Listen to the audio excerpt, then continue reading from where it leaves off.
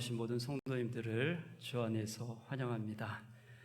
제가 오늘 말씀을 전하게 됐는데 담임 목사님께서 이번 주 한 주간 휴가십니다. 그래서 제가 대신 말씀을 전합니다. 목사님께서 쉼을 얻고 오셔서 후반기 사역 더 힘있게 사역하실 수 있도록 위에서 기도해 주시고 또 함께 말씀을 나눌 때 큰 은혜의 시간이 되시기를 주님의 이름으로 축복합니다. 우리 하나님 말씀 보겠습니다. 빌립보서 1장입니다.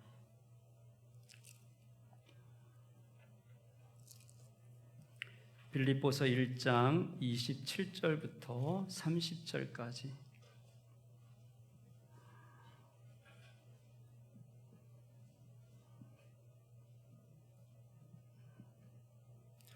우리 27절부터 30절까지 한 목소리로 다 함께 읽겠습니다. 다 함께 봉독합니다.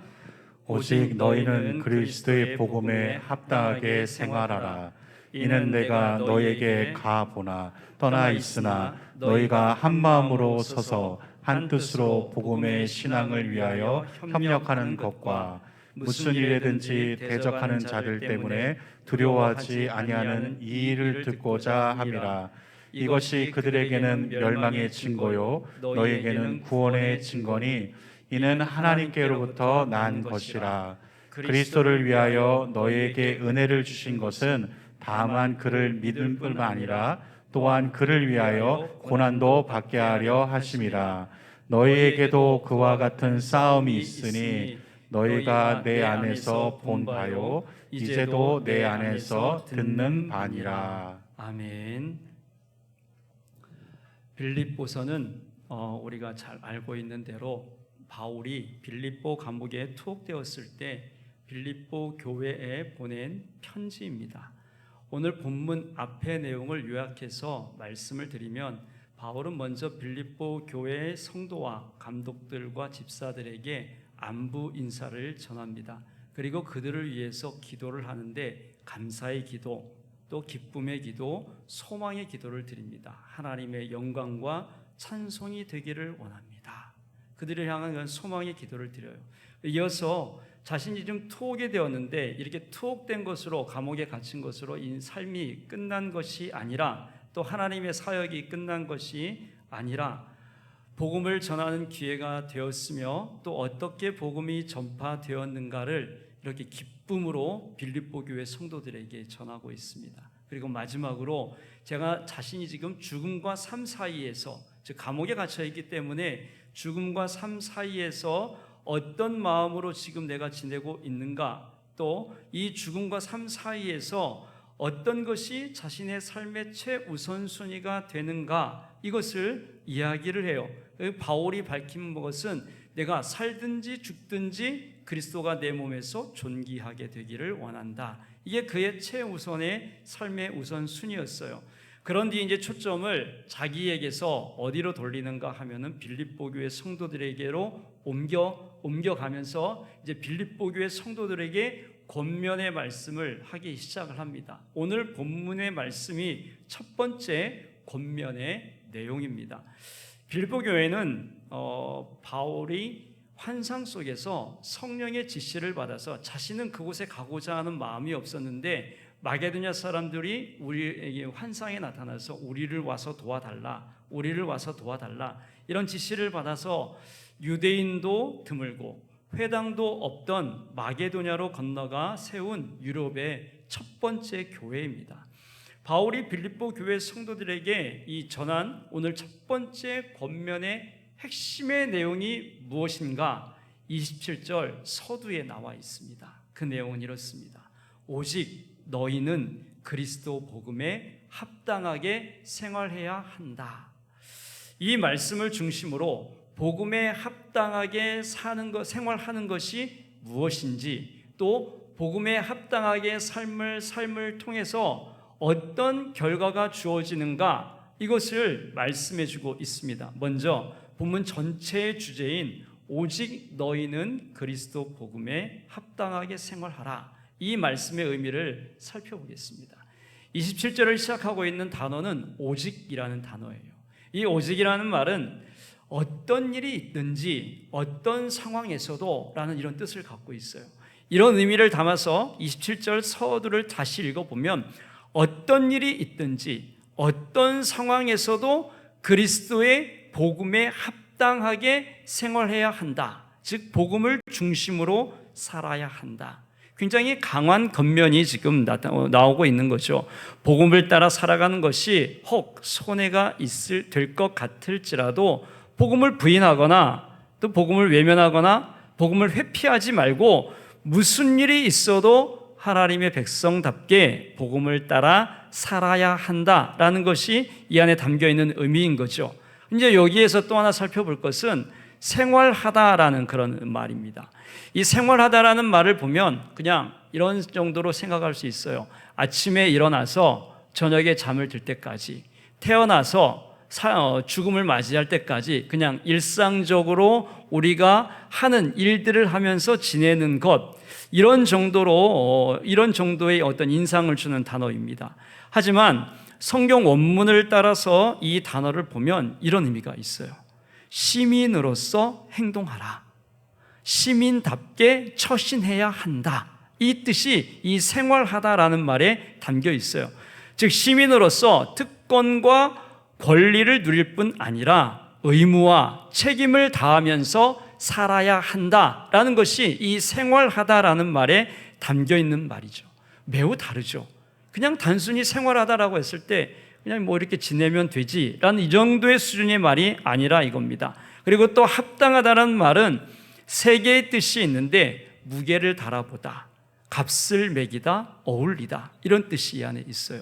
그러니까 이 오직 복음에 합당하게 생활하라라는 말은 이 단어 하나하나를 풀어서 보면은 굉장히 무게가 있는 말이다라는 것을 알 수 있습니다. 따라서 이 말을 정리해서 보면 복음에 합당하게 생활해야 한다. 오직 복음에 합당하게 생활해야 한다. 이것은 어떤 일이 있든지 어떤 상황에서도 하나님 나라의 시민으로서 그 무게와 가치를 알고 예수 그리스도의 복음에 어울리게 의무와 책임을 다하는 삶을 살아야 한다. 이것이 빌립보 교회 성도들을 향해서 첫 번째 권면하고 있는 대강령입니다. 오직 복음에 합당하게 생활하라. 굉장히 무게가 있는 말, 의미와 무게가 깊이가 어떤지 가늠해 볼 수 있는 말이죠. 그럼 왜 이렇게 살아야 하는가? 빌립보서 3장 20절 말씀에 보면 바울이 그 이유를 이렇게 설명합니다. 3장 20절 말씀을 보겠습니다. 그러나 우리의 시민권은 어디에 있다고 하고 있죠? 하늘에 있다. 하늘에 있다. 거기로부터 구원하는 자, 곧 주 예수 그리스도를 기다린다. 새번역 성경을 읽어드리면 그러나 우리의 시민권은 하늘에 있습니다. 그곳으로부터 우리는 구주로 오실 주 예수 그리스도를 기다리고 있습니다. 즉 내가 예수 그리스도를 기다리는 근거가 있는데 그냥 막연하게 기다리는 것이 아니라 나의 시민권이 하늘에 있다는 것을 알고 믿기 때문에 그것을 근거로 하여서 그리스도를 기다리는 그것이 토대가 된다라는 거죠. 이것을 또 당시 사회적 상황과 연관지어서 설명해 보면 이렇습니다. 빌립보는 로마 제국의 중요한 식민지였습니다. 아우구스투스 황제 때 로마의 식민지가 된 빌립보는 특별하게 로마 시민권을 모든 빌립보 시민들이 부여를 받았어요. 뭐 대단한 것인가 라고 생각할 수 있겠지만은 빌립보 시민들이 로마 시민권을 굉장히 자랑스럽게 여겼습니다. 그래서 로마 시민들보다 더 로마적인 삶을 추구했다라고 합니다.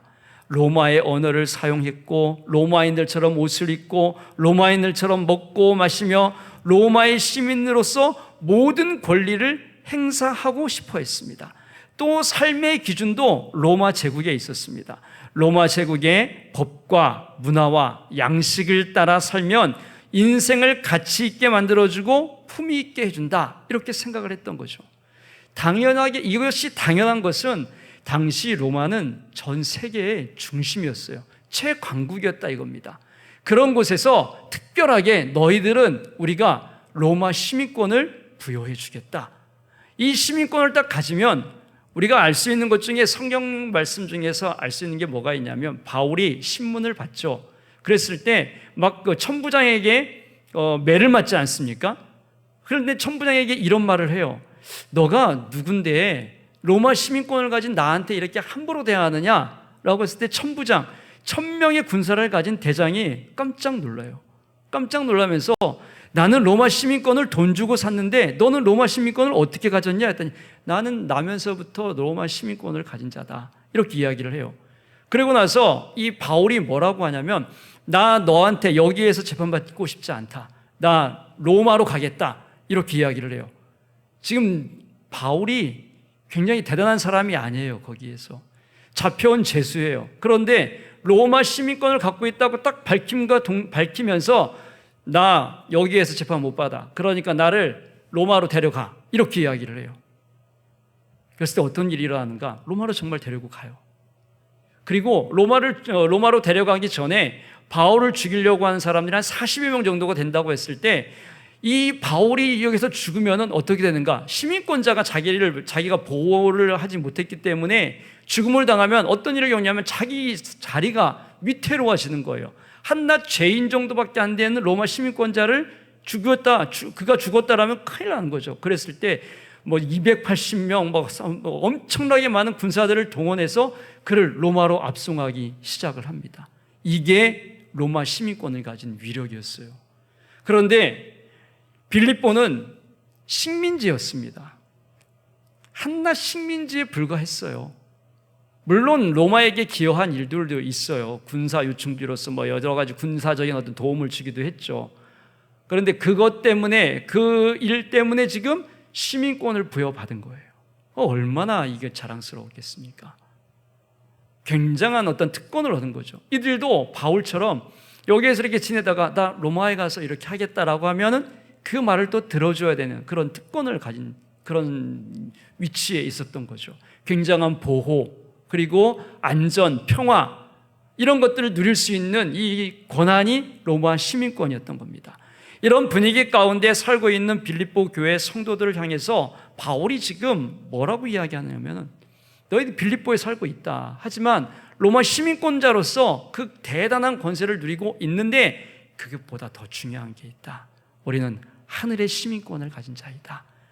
즉 하나님의 나라의 시민권을 가진 자로서 그 복음에 합당하게 생활해야 한다라고 지금 이렇게 말씀하고 있는 거죠. 그러면 복음에 합당한 삶을 살아야 되는가? 어떤 일이든지 어떤 상황에서든지 그리스도의 복음을 따라 하나님 나라의 시민답게 처신해야 한다라고 지금 바울은 강력하게 권면하고 있는 겁니다. 그럼 복음에 합당한 삶을 산다는 것은 무엇일까? 27절 다시 보겠습니다. 후반절에 보면 이렇게 말씀을 하고 있어요. 오직 너희는 그리스도의 복음에 합당하게 생활하라. 이는 내가 너희에게 가보나 떠나 있으나 너희가 한 마음으로 서서 한 뜻으로 복음의 신앙을 위하여 협력해야 한다, 이렇게 말하고 있습니다. 한 마음으로 서서 한 뜻으로 복음의 신앙을 위해서 협력해야 한다. 이것이 첫 번째 권면인 거예요. 복음의 하나님 나라의 시민답게 살아가는 첫 번째 그 요소가 뭔가? 한 마음 한 뜻으로 복음의 신앙을 위해서 협력하는 것. 여기에 보면 서서라는 말이 있어요. 이 서서 있는 거는 그냥 이렇게 멀뚱하니 서 있는 그게 아닙니다. 전투적인 용어예요. 굳게 서다, 확고히 서다는 그런 말인데, 전투가 치열해서 목숨이 위태로울지라도 초소를 떠나지 않고 끝까지 지키려는 자세처럼 대적들 앞에 굴하지 않는 결연한 자세로 복음을 지키기 위해서 버티고 서 있는 것, 이게 서서라는 말이에요. 그러니까 복음에 합당하게 생활하라라는 것은 단순하게 그냥 지내는 것, 이 정도가 아니고 전투적 용어를 갖다 놓으면서 투쟁적이고 굉장히 힘있고 또 많은 수고와 애씀을 해야 함을 여기서 말씀하고 있는 겁니다. 굳게 서야 한다, 확고히 서야 한다라는 거죠. 복음을 위해서 확고하게 버텨야 한다라는 그런 뜻입니다. 또 이게 협력하다는 말도 있어요. 이건 경기하다라는 또 다투다라는 그런 뜻이 있는데, 이 말과 함께 더불어라는 말이 이렇게 합쳐진 단어로서 함께 운동 경기를 하다라는 그런 뜻입니다. 또 함께 싸워야 한다라는 말도 이 안에 있어요. 근데 이 말은 이런 거예요. 로마 시대 때 보면 전투를 해요. 전투를 하는데 그냥 막 오합지졸처럼 공격하면은 그냥 막 우르르 몰려나간 게 아니었어요. 우리 전쟁 영화를 보면 이런 장면들이 있죠. 군사들이 일렬로 쭉 도열해 있지 않습니까? 그리고 그 뒤에 또 도열해 있고 또 그 뒤에 도열해 있죠. 그래서 한 줄 나가서 싸우고 또 그 다음 줄 나가서 싸우고 또 그 다음 줄 나가서 싸우고 이렇게 나가서 싸우는 거예요. 이 협력하다라는 말은 이와 같은 말인 거예요. 그러니까는 오합지졸로 막 나가는 것이 아니라 전쟁을 치르기 위해서 어깨와 어깨를 맞대고 줄을 서 있어서 그 목적을 이루기 위해 전쟁에서 승리하기 위해서 함께 힘을 모으는 것을 말합니다. 그리고 또 이렇게 힘을 모아갈 때 어떻게 해야 되는가? 한 마음과 한 뜻으로 해야 한다. 즉 분열이 아닌 하나의 마음으로 군인이 초소를 떠나지 않듯 복음의 자리를 지켜야 하며 그것을 혼자 하는 것이 아니라 마음을 같이 해서 어깨와 어깨를 서로 맞대면서 힘을 합쳐야 한다라는 그런 뜻인 겁니다. 또한 운동 경기, 함께 운동 경기를 하다라는 그런 의미도 있는데 운동 경기에서 가장 중요한 것은 무엇이겠습니까? 뛰어난 실력을 갖고 있는 선수들이 많이 모여 있는데 좋은 결과를 이루지 못하는 원인이 어디에 있을까요? 얼마 전에 폐막한 도쿄 올림픽의 그 여자 배구 대표팀 여러분들 아마 한 번 정도는 다 보셨을 겁니다. 저도 뭐 중계 방송은 안 봤지만 하이라이트는 좀 보면서 또 이러저런 소식들을 접했는데 이 국가대표는 자기 분야에서 최고의 실력을 가진 자들입니다. 아마추어인 저도 제 나름의 방식이 있어요. 제가 하고자 하는 어떤 모양이 있고 또 가고자 하는 방식이 다 있습니다. 그리고 그 방식대로 하려고 애씁니다. 그런데 평생 운동을 하고 국가대표 정도 되었으면 자기만의 방식이 있어요. 그런데 하나의 목적, 하나의 뜻을 이루기 위해서 어떻게 합니까? 협력하죠. 자기를 포기해요. 양보해요. 그리고 그 전체에게 자기를 맞추어 가는 것을 볼 수 있습니다. 그리고 하나의 목적을 이루기 위해서 마음을 같이 하는 것을 볼 수 있어요. 우리도 하나의 목적을 갖고 이 자리에 모였습니다. 복음을 전하는 것, 그리고 주의 뜻을 이루어가는 것, 그리함을 통하여서 하나님의 영광을 드러내는 것, 이 하나의 목적을 위해서 우리가 이 자리에 모여 있습니다. 그러고 이 목적을 이루기 위해서 어떻게 해야 되는가? 굳게 서 있어야 합니다. 이 굳게 서 있어야 한다는 것도 마음을 협력해야 된다는 것, 어깨와 어깨를 맞대고 함께 교회를 지켜가며 진리를 지켜가며 믿음의 선한 싸움을 싸워 나가야 합니다. 목표를 향해서 전진하는 거죠. 그것을 이루어갈 때 어떤 자세인가? 한 마음 한 뜻을 갖고 이 일을 이루어 가야 한다라고 바울이 지금 권면하고 있는 겁니다. 이것은 바울의 생각만이 아닙니다. 주님께서도 이렇게 기도하셨습니다. 요한복음 17장 22절 23절 말씀에 보면 주님의 기도가 이렇게 나옵니다. 주님께서 이렇게 기도를 하죠. 내게 주신 영광을 내가 그들에게 주었사오니 이는 우리가 하나가 된 것 같이 그들도 하나가 되게 하려 함이니이다. 곧 내가 그들 안에 있고 아버지께서 내 안에 계시어 그들로 온전함을 이루어 하나가 되게 하려 함은 아버지께서 나를 보내신 것과 또 나를 사랑하심과 같이 그들도 사랑하신 것을 세상으로 알게 하려 함이로소이다. 하나님과 예수 그리스도가 하나인 것처럼 우리도 예수 그리스도의 제자인 우리도 하나가 되어서 하나님의 뜻을 이루어 가기를 원합니다. 이것이 주님께서 하신 기도예요. 십자가에 달려 죽으시기 직전에 하신 기도입니다. 그러니까 그만큼 귀하고 소중한 기도, 간절한 기도였다라는 것을 알 수 있죠. 에베소서에서 바울도 평안에 매는 줄로 성령이 하나 되게 하신 것을 힘써 지켜야 한다라고 이렇게 말씀하고 있습니다.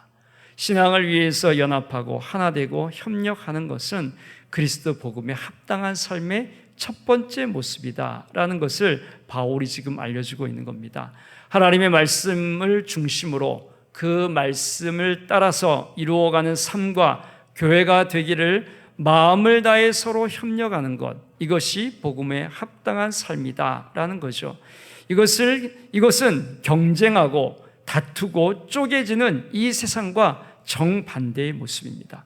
오늘 함께 예배드리는 우리는 어떨까요? 우리는 같은 마음과 같은 생각을 갖고 이 자리에 앉아 있을까요? 어느 목사님께서 설교를 준비하는 제가 이 대목을 한번 읽었습니다. 그 결혼과 관계에 대해서 한 말씀인데, 이제는 한 몸이다. 하나님이 맺어주신 것을 사람이 절대로 나누지 못한다. 이 말씀을 들으면 때로는 목이 졸리는 것처럼 느껴진다. 부부라는 링 밖으로 뛰쳐나고 싶을 때도 있다. 하지만 그 순간에도 서로 받아내고 한 몸이 됨을 지켜야 한다. 그러면서 배우고 성장하는 것이다. 부부가 되어서 함께 사는 것도 힘들죠. 어려운 일 많이 있죠. 내년이면 저도 제 아내와 결혼한 지 20년이 됩니다. 그런데 아직도 하나 되지 못한 부분이 많이 있습니다. 여전히 맞춰야 되고 양보해야 되고 때로는 조율하고 타협도 해야 됩니다. 끊임없이 노력을 해야만 이 부부의 관계를 유지할 수 있어요. 부부도 그러한데 여기 교회는 어떻겠습니까? 다양한 은사와 부름을 따라 청주 주님의 교회라는 울타리 안에 있는 우리는 어떻겠습니까? 개성이 달라서 서로 힘들 때도 있죠. 생각의 차이가 있어서 마음이 불편할 때도 있습니다. 비록 그럴지라도 복음을 위해서 하나님의 영광을 위해 서로 이해하고 품어주고 섬기며 한 마음과 한 뜻으로 굳게 서서 믿음의 경주를 해 나가야 합니다. 이것이 복음에 합당한 삶을 살아가는 첫 번째 모습이다라는 거죠. 우리는 지금 어떤 모습을 살고 있는가? 주님께서 지금 이 말씀을 주셨을 때 우리에게 무엇을 기대하고 있는가? 내가 지금 한 마음과 한 뜻을 이루어감에 있어서 내 안에서 그것을 이루게 하지 못하는 그 요소가 무엇이 있는가? 우리가 이것을 살펴보아야 돼요. 그리고 한 마음과 한 뜻을 이루어 주님의 영광을 이루어 갈 수 있도록 우리는 힘써야 합니다. 대단히 중요합니다. 한국 교회를 보십시오. 얼마나 지금 많이 나누어져 있고 갈려져 있습니까? 한국 교회만 그렇습니까? 우리 교회는 또 어떻습니까? 여러분의 가정은 또 어떻습니까? 마음과 생각이 다 나누어져서 서로 자기만 옳다고 생각하는 것들이 얼마나 많습니까? 그런데 그 중심에 복음이 있는가? 복음으로 지금 하나가 되어 협력하고 있는가? 아니면 내 개인의 생각이 우선이고 내 개인의 취향이 더 우선이며 내 개인이 갖고 있는 어떤 주장, 이 가치가 우선인가? 그것을 따라서 움직이면서 그것을 주장시키고 관철시키려 한다면 우리는 복음에 합당한 삶을 살고 있는 것이 아닙니다. 이 말씀을 기억하셔서 복음에 합당한 삶을 살기 위해 먼저 복음을 알고 그 복음 안에서 모든 것을 다 내려놓고 한 마음과 한 뜻으로 우리 교회를 세우신 하나님의 뜻을 따라 하나님의 영광을 위해 힘써 나갈 수 있는 우리 모두가 되시기를 바랍니다. 이어서 두 번째 모습에 보면 바울은 28절에서 이렇게 말씀합니다. 무슨 일에든지 대적하는 자들 때문에 두려워하지 않은 이 일을 듣고자 함이라. 이것이 그들에게는 멸망의 증거요 너희에게는 구원의 증거니 이는 하나님께로부터 난 것이다.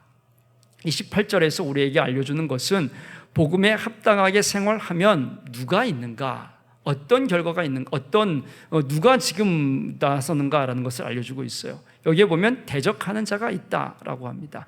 대적한다라는 것은 반대쪽에 있다라는 의미입니다. 즉 복음을 반대하는 자들이라 할 수 있죠. 복음의 반대편에서 끊임없이 넘어뜨리려는 그런 일들이 있다는 거죠.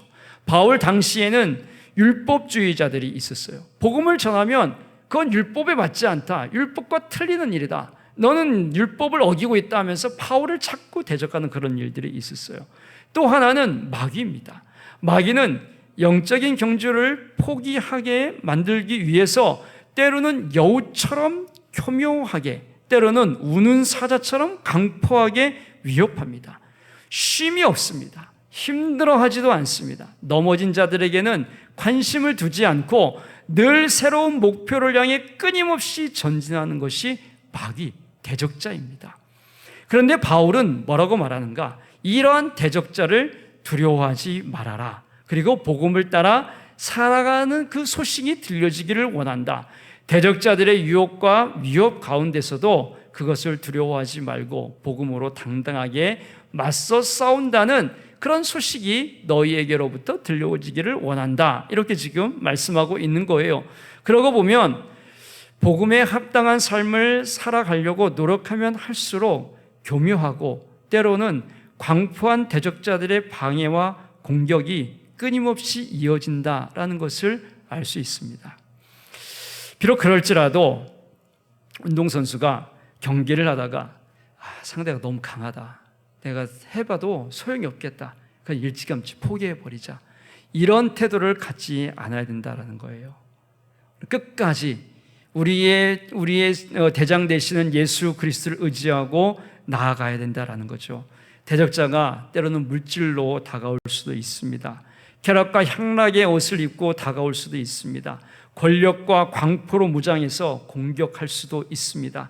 그러나 우리는 넉넉하게 이길 수 있는 힘이 있다는 것을 잊지 마시기 바랍니다. 우리는 승리할 수밖에 없습니다. 성경이 그것을 약속해 주고 있기 때문에 그렇습니다. 고린도전서 15장 57절 말씀에 보면 이렇게 말씀을 해요.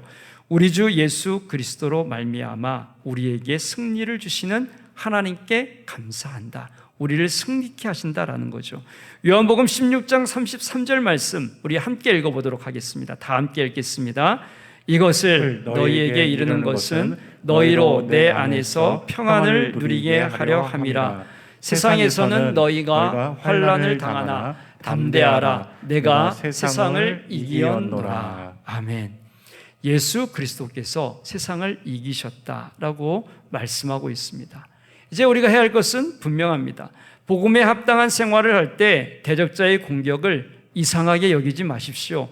오히려 복음에 합당한 삶을 살고 있음에 대한 증거로 삼아야 합니다. 두려워하지 마십시오. 하나님께서 승리케 하심을 믿고 믿음의 선한 싸움을 포기하지 말고 끝까지 싸워나가는 우리 모두가 되시기를 바랍니다.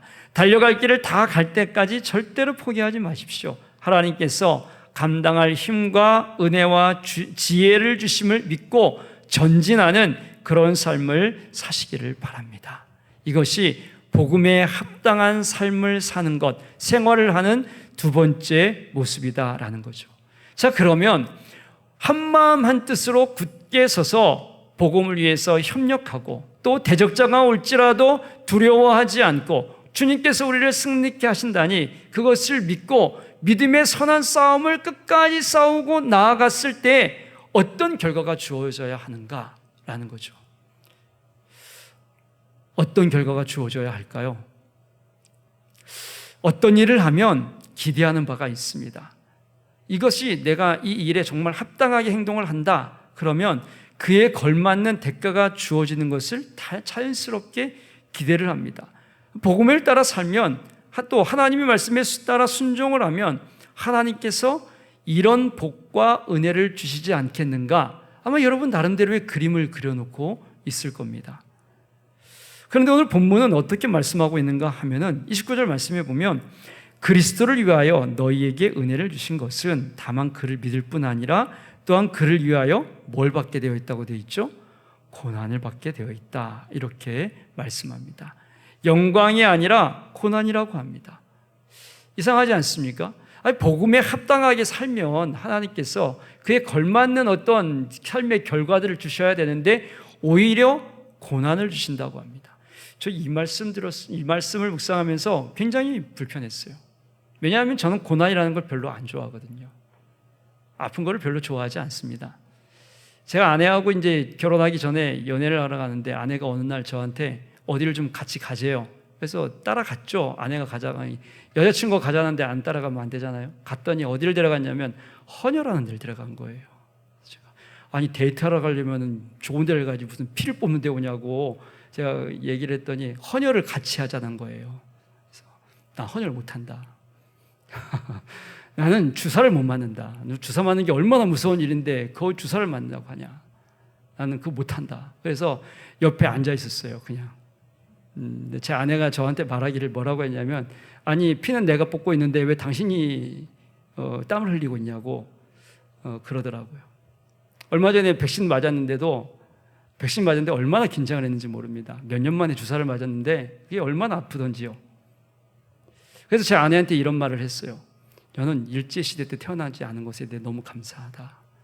만약 내가 그때 태어났더라면 예수 그리스도를 믿었다면 나는 분명히 예수 그리스도를 부인했을 거라고. 그 아픔에 대해서, 내 지금 아픔에 대해서 생각하면, 아픔을 견디지 못하는 걸 생각하면 분명히 그랬을 거고, 나는 독립운동의 디귿자도 생각하지 못했을 거다. 만약 독립운동을 했더라면 나는 분명히 변절자가 되어서 밀정이 됐을 거다. 제가 그렇게 얘기를 했어요.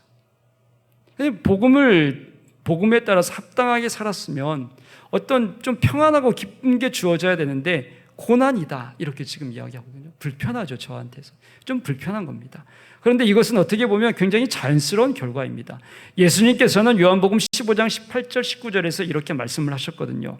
세상이 너희를 미워하면 너희보다 나를 미워한 줄 알아라. 너희가 세상에 속하였으면 세상이 자기의 것을 사랑한 것이나 너희가 세상에 속한 자가 아니요 도리어 내가 너희를 세상에서 택하였기 때문에 세상이 너희를 미워하는 것이다.